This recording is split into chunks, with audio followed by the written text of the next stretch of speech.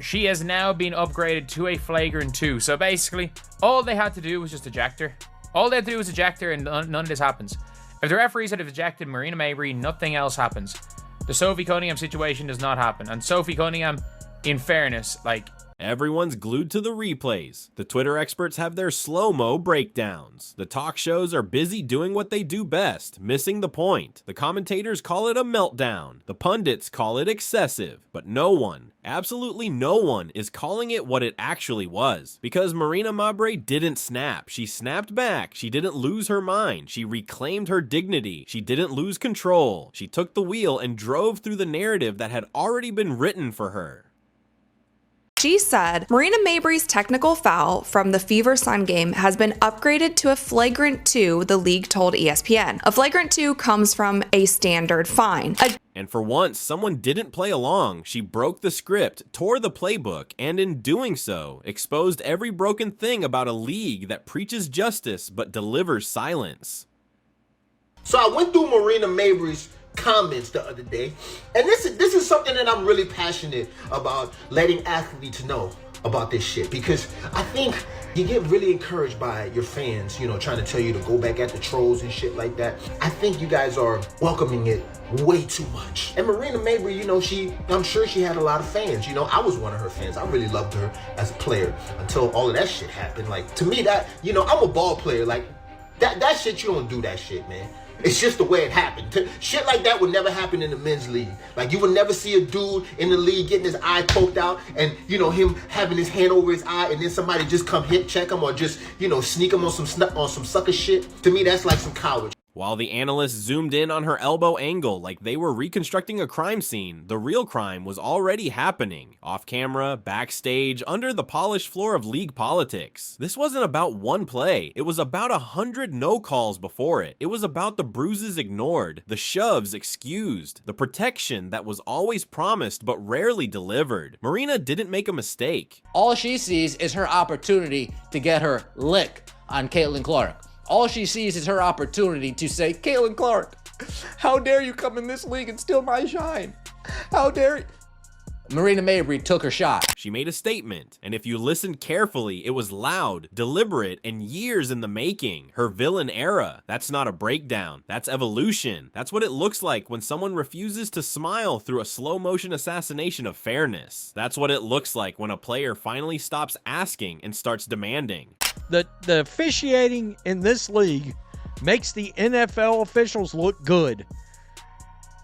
That is crazy that entire sentence just rolled out of my mouth. Because the NFL officials are so bad that a lot of people think the game is rigged or scripted. By the way, I've seen that about the WNBA as of late too. Like, are the officials trying to navigate games in certain directions? And let me tell y'all something, man. The WNBA need to cut this shit out, man. They need to cut this shit out immediately, man. That girl, whatever the hell her name is, I'm gonna call her Jane Doe. That's how much pub she get on this channel. Jane Doe. Jane Doe was fouling Caitlin Clark all goddamn night, bruh. Hitting her all in the face, smacking her all in her face, man. It's okay to play tough defense, man. But fouling, this ain't rugby, bruh. This ain't this not that, bro. Because in the WNBA, when a woman raises her voice, they call her dramatic. When she shows fire, they call her unstable. When she stops smiling, she becomes a headline. And when she fights back, they call her the villain. It's exactly what you expect, right? Out of fierce competition. So, I started talking to the officials in the first quarter, and we knew this was going to happen. You could tell it was going to happen. So, they got to get control of it. They got to be better. They got to be better. So Sophie was trying to hold on to her, still had a good grip on her, pulls her down, but it looked like Sheldon was kind of doing a tad bit too much, man. Doing a tad bit too much. Ends up falling, and now we're going at it. Look at this. Now we're going at it. Sophie was waiting on it. Now, I thought the chat was playing when they told me Sophie had a black belt. 10 minutes. That's how long the referees huddled. 10 minutes of standing around, pretending they didn't see what every fan with a phone saw in real time. 10 minutes of professional hesitation disguised as protocol. In basketball time, that's an eternity. Long enough for momentum to die. Long enough for the crowd to lose interest. Long enough for fear to set in, because that's what it was. Fear. The fear of calling the obvious foul against the wrong player. The fear of doing the right thing when it's not politically convenient. What's the right number of teams? I don't think it should be more than 16. Like, how do you know what the right number is? I think you're right, Bill. You don't want to degrade the quality of the game by bringing in too many teams too fast. That's why people thought, like, my first thing I should have done is when I came in was expansion. And I said, no, we've got a lot of transformation of the business model, the economic model. We got to build confidence in this league, bring investment into this league and capital, get our owners all on the same page. And so that's what we've done. And now it's time to expand, which you're going to see the Valkyries this year out at. And what was the final verdict after all that suspense? Nothing. Not a flagrant, not a tech, not even a warning. You could practically hear the collective gasp from fans who knew this wasn't just a missed call. This was a message, a confirmation, a moment where the refs said with silence what they didn't have the courage to say out loud. We protect who we want. You won't come out and speak against the abuse that Caitlin Clark has taken and will continue to take until you do something. Until you do something, Kathy Engelbert, this is on your head.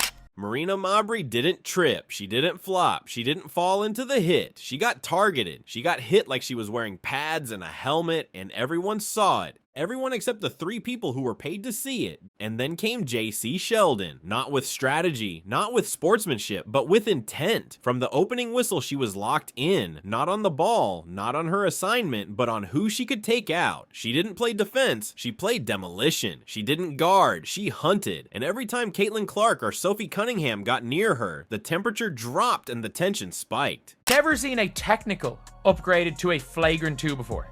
I've never seen that happening before. Like, it wasn't even called a flagrant 1, it was a tech upgraded to a flagrant 2. And obviously, nobody getting suspended is the right thing. Nobody getting suspended. These dumbasses are going to say Sophie deserves to be suspended. Like, if you suspend one, you suspend. JC Sheldon wasn't guarding players. She was targeting them. She turned the court into a battlefield and the refs into spectators. But because she's on the right team, because her actions were dipped in narrative polish, the world called it intensity. Because aggression, when it's delivered with a smile and the right jersey, gets rebranded as grit. Because when the story is already written, facts don't matter. Only optics do. This because if Marina Mabrey's foul during the game was called a flagrant 2, like it was upgraded to, then she would have been ejected during the game. And I don't think any of this stuff with Sophie and JC would have happened at the end of the game if the refs would have gotten control of the game much earlier on. And I do think if they would have ejected Marina Mabrey during that whole play when she completely blindsided Caitlin, it wasn't a basketball play, it was after the whistle. If she would have been ejected at that point in time, I think it would have set the tone for the rest of the game. If Marina had done half of what Sheldon did, she'd be trending with hashtags calling for her suspension. Instead, Sheldon gets a highlight reel. That's not balance. That's betrayal. Now, picture this. The next day, Sophie Cunningham and JC Sheldon walking into the commissioner's office. Door shuts. Silence. A rule book lands on the table with a heavy thud. This should be the moment, the reckoning, the turning point. But we already know how it ends, because Marina Mabrey will be the one punished. Not because she was wrong, but because she didn't play nice. Because she didn't cry. Because she didn't collapse. Because she stood tall and demanded what every player deserves. Safety, fairness, consistency. But in the WNBA, if you fight back, you're a threat. If you speak out, you're a problem. And if you do both, you're expendable. And let's be honest, right now, the rules of the WNBA feel like a Pinterest board full of quotes. They look nice, but they don't mean anything. Marina didn't break the system. She revealed it. She ripped the mask off a machine that calls itself a league, but operates like a PR agency. One that only functions when it's convenient. One that talks about equity in press releases, but goes silent when a woman bleeds on the court. The NFL has a command center, the NBA has an override room, the NHL has multi-angle replay, and the WNBA, it has silence. It has 10-minute huddles and no backbone. It has referees who squint at truth like it's abstract art. It has leadership that waits for the trending hashtags before they move. And when they finally do, it's always too late, too quiet, too clean. And what about Marina? She didn't swing. She didn't retaliate. She didn't throw a tantrum. She absorbed. She responded. She stood her ground. She became the storm that the league couldn't ignore. And for that, they'll fine her, suspend her, punish her. But what they'll never do is silence her. Because this wasn't about basketball anymore. This was about survival. This was about every player who's ever been told to calm down while getting hit. Every woman who's been painted as too emotional for reacting to injustice. Every athlete who's been asked to swallow her fire just to stay marketable. The message this league just sent is clear. If you want to survive here, don't defend yourself. Don't speak. Don't stand. Just smile and hope the refs see you next time. But the fans were watching, the young players were watching, and they saw it all. They saw a player get assaulted, they saw the officials freeze, they saw the league blink, and they saw the only one who didn't flinch get blamed. What does that teach them? That silence is safety, that standing up gets you knocked down harder, that being visible, vocal, and brave means you'll be punished while the instigator walks free. And now, we ask the hardest question of all. What is the WNBA really becoming? A platform for progress, or a stage where justice is just another prop? You want this league to grow. Start with fairness. You want it to be taken seriously? Start by taking your players seriously. You want loyalty from fans? Start by proving you deserve it.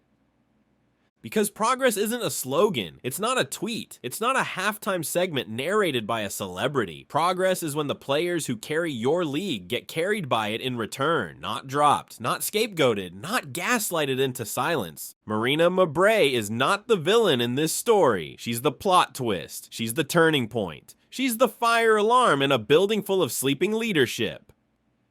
She is what happens when enough is finally enough, when the line gets crossed one too many times, when the eyes finally stop blinking. And if the WNBA wants to survive the storm she just uncovered, it's time to wake up. Because truth doesn't need a press release. It doesn't wait for permission. It doesn't care about branding. Truth shows up in real time, on live TV, with elbows, with silence, with eyes that don't blink. And Marina Mabrey, she didn't just speak the truth, she lived it. And now we all have to live with what comes next.